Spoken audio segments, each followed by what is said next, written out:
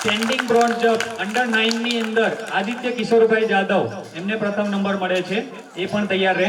એના પછી પાયલ અજમલભાઈ સેનવા, બાદલ વિષ્ણુભાઈ ઠાકોર, કાળુ શંકરભાઈ રબારી, સલોની મહેશભાઈ વડેર, પિનલ બળદેવભાઈ, પ્રિયંકા મુકેશ, મીનાક્ષી રાયસનભાઈ, ઉમેંગ મહેશભાઈ, યાત્રી રાજુભાઈ અને ગોપી કુશાલભાઈ, આટલા વિદ્યાર્થીઓ તૈયાર રહે. આદિત્ય કિશોરભાઈ જાદવ અંડર 19 ની અંદર સ્ટેન્ડિંગ બ્રોડ જમ્પની અંદર પ્રથમ ક્રમ મેળવે છે, તેમને પણ આપણે જોરદાર તાળીઓથી વધાવશું. 100 મીટર દોડ અને 800 મીટર દોડ બંનેમાં પાયલ અજમલભાઈ સેનવા તાલુકા કક્ષાએ પ્રથમ નંબર મેળવ્યો છે, જેને આપણે જોરદાર તાળીઓથી વધાવશું. તાલુકા કક્ષાની સ્પર્ધાની અંદર આખા વિરમગામ તાલુકાની ટોટલી શાળાઓ સરકારી અને પ્રાઇવેટ બંને ભાગ લેતા હોય છે, એમાંથી આપણી શાળાના વિદ્યાર્થીઓ ગૌરવ મેળવીને લાયા છે, એટલે તાળીઓ થોડી જોરદાર વધવી જોઈએ. બાદલ વિષ્ણુભાઈ ઠાકોર 600 મીટર દોડની અંદર દ્વિતીય ક્રમ મેળવે છે, બીજો ક્રમ. પાયલને બંને 100 મીટર અને 800 મીટર બંનેમાં પ્રથમ નંબર મેળવ્યો છે, એટલે એને 2 ઇનામ મળે છે. બાદલ વિષ્ણુભાઈ ઠાકોર 600 મીટર દોડની અંદર બીજો ક્રમ મેળવ્યો છે તાલુકા કક્ષાએ. એના પછી કાળુ શંકરભાઈ રબારી, કાળુ હાજર છે? ના હોય તો એના વતી કોઈ પણ એક લઈ લેશો. કાળુ શંકરભાઈ રબારી ચક્ર ફેંકની અંદર બીજા ક્રમે આવે છે, જેને આપણે જોરદાર તાળીઓથી વધાવશું. સલોની મહેશભાઈ વઢેર લાંબી કૂદની અંદર અંડર 14 તાલુકા કક્ષાએ બીજો ક્રમ મેળવ્યો છે, જેને આપણે જોરદાર તાળીઓથી વધાવશું. સલોની મહેશભાઈ વઢેર લાંબી કૂદની અંદર બીજો ક્રમ મેળવ્યો છે. ઊંચી કૂદની અંદર પિનલ બળદેવભાઈ સેનવા અંડર 14 ની અંદર બીજો ક્રમ મેળવ્યો છે તાલુકા કક્ષાએ, એમને પણ ઇનામ આપીને આપણે વધાવશું. એના પછી પ્રિયંકા મુકેશભાઈ ઠાકોર, ઝડપથી હું નામ બોલો ઉભા થઈને અહીં આવી જાય. પ્રિયંકા મુકેશભાઈ ઠાકોર પાછળ ઉભા રહો ફટાફટ. 400 મીટર દોડની અંદર બીજો ક્રમ મેળવ્યો છે પ્રિયંકા મુકેશભાઈ ઠાકોર. પછી 30 મીટર દોડ અંડર 19 ની અંદર મીનાક્ષી રાયસનભાઈ ઠાકોર એમણે પણ બીજો નંબર મેળવ્યો છે, જેને આપણે પણ જોરદાર તાળીઓથી વધાવશું. ઉમંગ મહેશભાઈ સેનવા 100 મીટર દોડની અંદર ઉમંગ મહેશભાઈ સેનવા, ઉમંગ છે હાજર? ઉમંગ મહેશભાઈ સેનવા 100 મીટર દોડની અંદર ત્રીજો ક્રમ મેળવે છે, એમને પણ આપણે જોરદાર તાળીઓથી વધાવશું. યાત્રી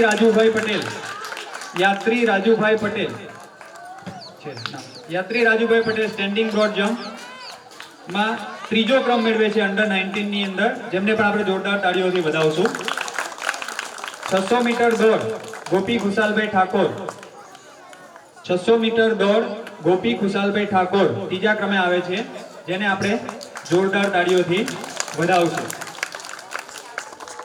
ત્યારબાદ સરપંચ શ્રી એસએમસી અધ્યક્ષ જગદીશભાઈ અને આગેવાનો સ્ટેજ ઉપર આવશો. આપણી શાળાની અન્ય જે સ્પર્ધાઓ છે એમને પણ આપણે બાળકોને પ્રોત્સાહિત કરીએ. એમાં પીએસસી રાજ્ય પરીક્ષા બોર્ડ દ્વારા શિષ્યવૃત્તિની પરીક્ષા લેવામાં આવે છે. તો ધોરણ 6 ની અંદર જે બાળકો ભણતા હોય ગયા વર્ષે, એમાંથી આપણા 5 બાળકોએ પરીક્ષા આપી હતી. ઘણા બધા બાળકો એવા હોય છે કે જે પાસ થવાના બીકે પરીક્ષા આપતા નથી, પણ આપણી શાળામાંથી 5 બાળકોએ આપી હતી અને 5 બાળકોએ પાસ કરી છે પરીક્ષા, એટલે આપણે એમને જોરદાર તાળીઓથી વધાવશું. એમને આપણે રાજ્ય પરીક્ષા બોર્ડ દ્વારાથી જે પ્રમાણપત્ર મળ્યા છે એ પ્રમાણપત્ર એમને આપણે આપીશું. હાર્દિક ચંદુભાઈ મકવાણા, જયદીપ સોમાભાઈ ચાવડા, પૂનમબેન માનસિકભાઈ ઠાકોર, સાક્ષીબેન હસમુખભાઈ ઠાકોર અને વિરલ કાળુભાઈ ઠાકોર, 5 વિદ્યાર્થીઓ એક સાથે આવશે અને પ્રમાણપત્ર મેળવશે. અને સાથે સાથે આપણે શાળા વતી એમને 2 ચોપડાનું પણ ઇનામ આપીશું. 2 ચોપડા પણ આપણે શાળા વતી બાળકોને પ્રોત્સાહિત કરવા માટે આપીશું. પ્રમાણપત્ર સરકાર દ્વારાથી અને 2 ચોપડા છે એમને લખવા માટે ઉપયોગમાં આવે, એટલે શાળા તરફથી આપણે એમને આપીશું. ત્યારબાદ જ્ઞાન સાધનાની પરીક્ષા હોય છે, અને જ્ઞાન સાધનાની પરીક્ષા ધોરણ 8 માં ભણતા બાળકો આપતા હોય છે.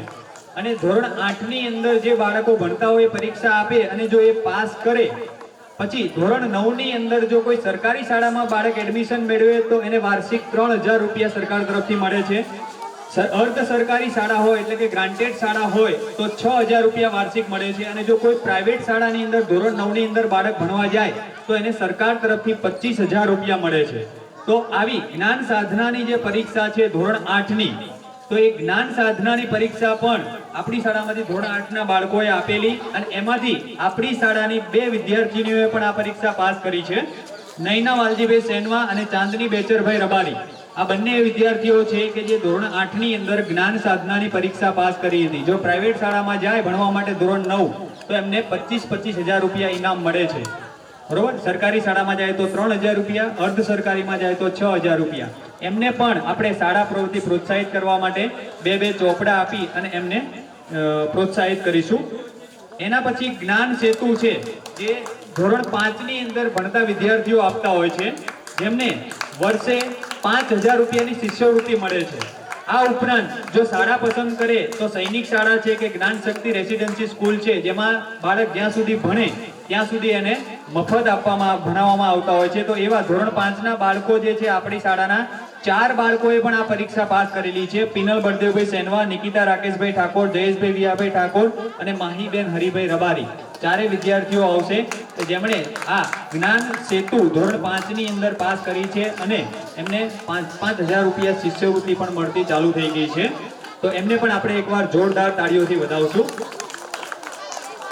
આપણને એમ થતું હશે કે આ બાળકો શું કરે છે, પણ મેં જે આ બધી વાત કરી પીએસસી, જ્ઞાન સાધના અને જ્ઞાન સેતુ, જે આખા રાજ્યની અંદર તમામ બાળકો પરીક્ષા આપતા હોય છે અને એમાંથી હજારો બાળકોની વચ્ચેથી આપણી શાળાનું ગૌરવ વધારી અને આ બાળકો આપણી મહેનત કરીને પાસ થાય છે. એટલે ફરીથી આપણે જોરદાર એમને એકવાર જોરદાર તાળીઓથી આપણે એમને વધાવશું. ત્યારબાદ ખેલ મહાકુંભની અંદર જે વિદ્યાર્થીઓ હતા એમને સેનવા અજમલભાઈ પમાભાઈ તરફથી દરેક બાળકોને એક પેનનું ઇનામ આપવામાં આવે છે. તો ઝડપથી સરપંચ, ખેલ મહાકુંભ વાળા જે બાળકો હતા ને એમને સેનવા અજમલભાઈ પમાભાઈ તરફથી એક પેન બાળકોને પ્રોત્સાહિત કરવા માટે આવે છે. જે પણ ખેલ મહાકુંભ વાળા બાળકો છે એ ઇનામ મેળવશે. એમને પણ આપણે જોરદાર તાળીઓથી વધાવશું અને આ કક્ષાએ આપણે પમાભાઈનો પણ અને અજમલભાઈનો પણ આપણે આભાર માનીશું.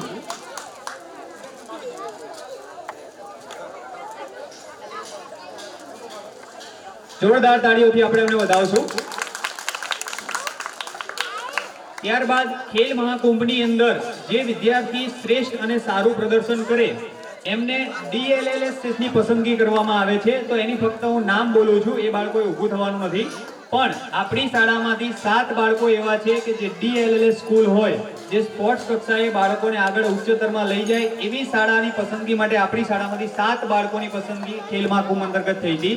આદિત્ય કિશોરભાઈ જાદવ, મેલા હસમુખભાઈ ઠાકોર, જય નાગરભાઈ ઠાકોર, આયુષ નગણભાઈ રબારી, યાત્રી રાજુભાઈ પટેલ, મીનાક્ષી રાયસનભાઈ ઠાકોર અને કૃષ્ણા ચંદુભાઈ મકવાણા. આ 7 બાળકોની યાદી DLSS ના કોચ જે ત્યાં આવ્યા હતા એ લઈ ગયા છે.